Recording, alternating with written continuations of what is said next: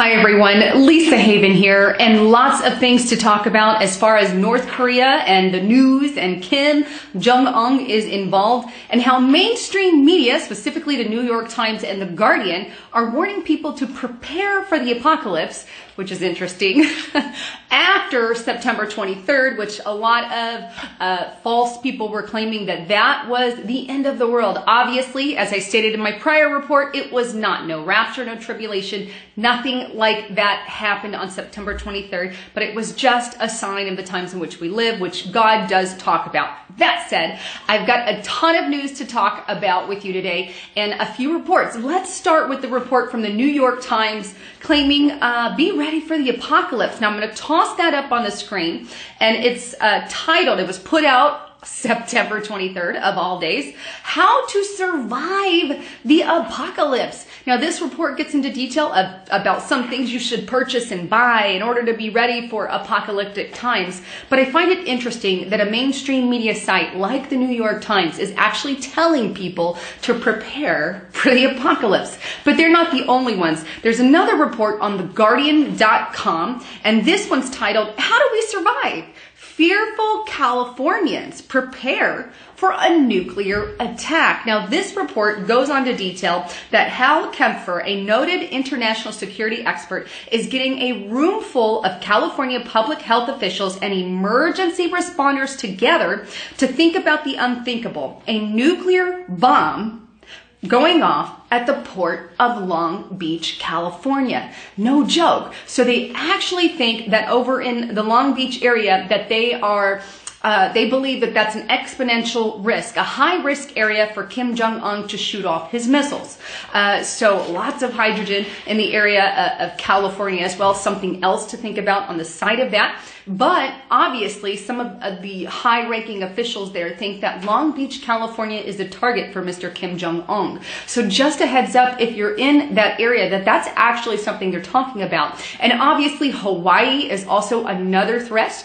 We know that Hawaii has warned its people on numerous occasions to be ready for Kim Jong-un's actions in the event that he wants to set off a missile or an EMP, which we know now, and I've talked about it for years, that he actually has that capability. So not only is they're saying Long Beach, California specifically, but also Hawaii, which we know, and many other places as well. But those are the ones that some of the officials and high-ranking people are speaking of.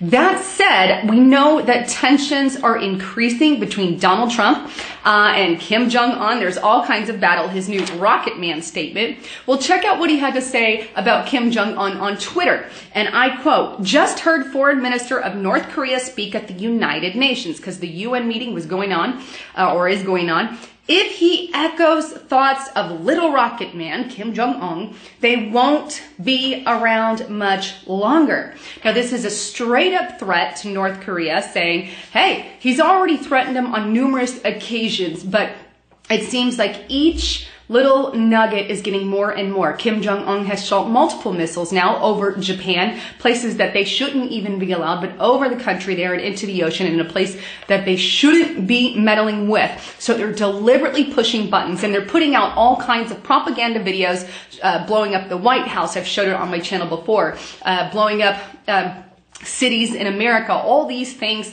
are propaganda items, and most recently blowing up our ships in the water, our Navy ships in the water, and our jets in the sky.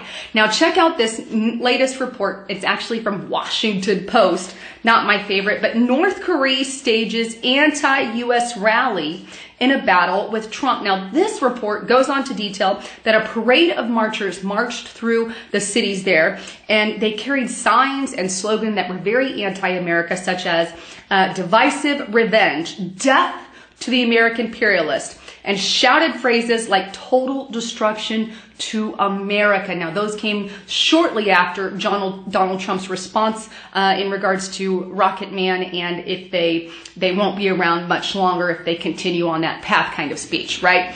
Well, here's one last report I want to show you, and this is from Zero Hedge. Now, just the other day, the United States sent a B-1 bomber that flew off the coast of North Korea. Now, Zero Hedge gets into 4 reasons why this time is different, and I'm going to share those with you because I think they're important. But one, he goes, it is farthest north of the demilitarized zone, which means we're kind of pushing the edge there. Second, it was flown at night, so he personally doesn't believe it was a show of force so much as a warning, and you know, it's because of the photos and all that it was kind of under the radar. Third, no Allied aircraft was known to have taken part in the mission, and that's at the time that he had wrote it. And four, it was a U.S. Air Force job. No U.S. Marine Corps stealth took place in that. So those are 4 reasons that he says, well, yeah, we've done some of that before, but this is a little bit different, a little bit more, and a little bit of pushing those boundaries. All that to say that obviously, they believe that something is going on. I believe North Korea is a real threat, obviously. Now, they push a lot of buttons, he plays a lot of games, and he likes to, well, be a nuthead. If I'm going to be blunt, he's just nutty. But we cannot continue, in my opinion, to just allow that to go on, especially at the level that we're at. And yes, the globalists are pulling strings and causing things to happen. I do believe that. And North Korea is obviously a very big part of that. Maybe that's something that they're attempting to get Donald Trump to do with North Korea, to start an all-out war. And look, war is not something I want. They always end up bloody, horrible, bad. That's not something we want to go through, especially with a lunatic like Kim Jong-un, who would actually let off an EMP and doesn't care about life. He doesn't care about the people in his own community, much less they hate America. Not to mention their workings with other countries such as Iran, and many believe China and Russia are giving them the capability to have some of the firepower that they have now. So we've got lots of key players here. Lots of world people are pulling strings. Lots of things are happening. And if that cookie were to spark, we're going to have some players, Iran, Iraq, America, China, Russia, Japan, North Korea. Obviously, all these are going to be players, and probably Israel will jump in on the action. Who knows? But all that to say, be ready for anything. And I wanted to get you the latest on this because there is so much going on that just needs to be discussed. Anyhow, please make sure you check out my partner at getthetea.com. He has the most amazing tea products. I kid you not. Once you try them, you will not go back. The super strength tea, it helps fund what I do here, but not just because of that. It helps fight the globalists and keep my channel alive, but it works. Like, I've never heard a negative thing about it. And I actually give it out to a few of my friends here, and they're like, oh, it's the best thing ever. So make sure you go to getthetea.com, let them know you heard it on Lisa Haven, and check out some of their health products to keep you healthy at this time. Well, thanks again for tuning in. I'm Lisa Haven, signing out.